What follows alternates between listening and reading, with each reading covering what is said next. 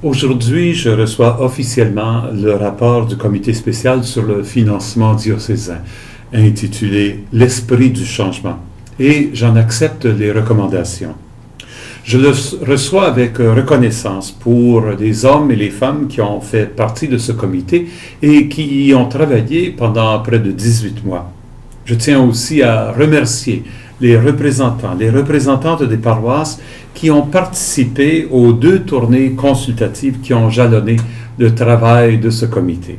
Enfin, je veux reconnaître l'immense travail accompli par M. Daniel Dezinde, alors qu'il a coordonné le travail de l'équipe et assuré la rédaction de ce rapport. Le titre du rapport est très important, « L'esprit du changement ». Lors de la première tournée consultative des paroisses, nous avons cherché à bien comprendre la situation financière réelle des 55 paroisses qui forment notre diocèse. Une conclusion est immédiatement devenue apparente. Le statu quo ne peut pas durer. Le vieillissement progressif des paroissiens et des paroissiennes engagés dans leur communauté et la difficulté de trouver une relève se concrétisent dans une chute lente mais inexorable des revenus paroissiaux. Mais cette conclusion, elle ne doit pas devenir pour nous un motif ni de désengagement ni d'abandon. On me demande parfois comment je me sens gérer la décroissance de l'Église. Ma réponse: je ne suis pas ici pour gérer la décroissance, mais pour animer la transformation. Si le statu quo ne peut pas durer, c'est qu'il faut alors changer. Non pas pour mourir, mais pour apprendre une autre façon de vivre, mieux adaptée à notre réalité concrète. La deuxième tournée consultative nous a justement permis de recueillir les suggestions sur ce point précis. Comment s'engager dans ce changement de façon positive? Les représentants des paroisses ne manquent ni d'idées ni de créativité. Une deuxième conclusion s'est imposée: il va falloir collaborer. Collaborer entre paroisses et diocèses si l'on veut avancer ensemble. Les Acadiens disent que lorsque la marée entre, ce sont tous les bateaux qui s'élèvent en même temps. Une autre façon de dire que si l'on se coupe des autres, si on cherche la solution dans l'indépendance et l'autarcie totale, on risque de se voir mourir. Mais si l'on se donne la main, ensemble, nous pouvons profiter de la marée et nous élever au-dessus de ce qui semble être des problèmes insurmontables. Le comité propose donc un plan d'action de 10 ans qui implique des actions tant au niveau du diocèse que des paroisses. Au niveau du diocèse, on propose de relancer le comité de finances diocésain en revoyant son mandat et en créant un certain nombre de sous-comités de travail.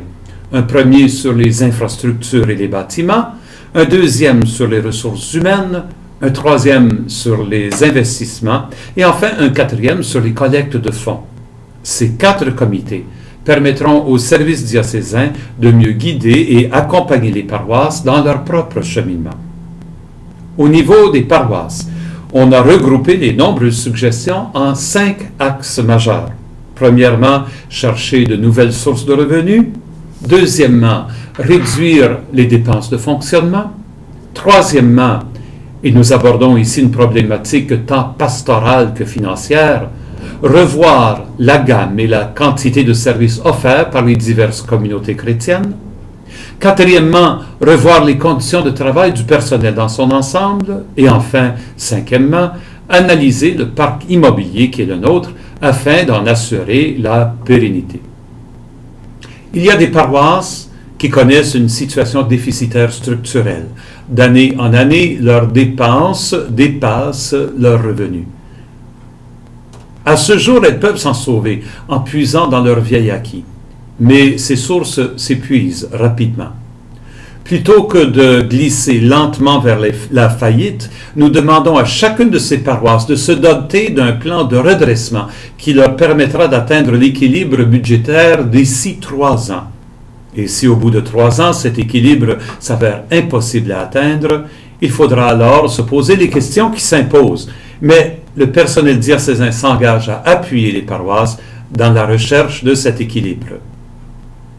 Mes amis, nous ne pouvons pas continuer comme dans le passé. Je n'ai pas l'intention de simplement fermer des paroisses. Entre un statu quo désolant et des fermetures accablantes, il nous reste une option, le changement. Le changement peut faire peur, il peut déranger, il peut ébranler notre sécurité, mais rappelons-nous, là où il y a de la vie, il y a du changement. Alors, mettons ensemble le cap sur le changement. Avec l'Esprit du Christ soufflant dans nos voiles, l'Esprit du changement, nous avancerons ensemble vers la vie en abondance.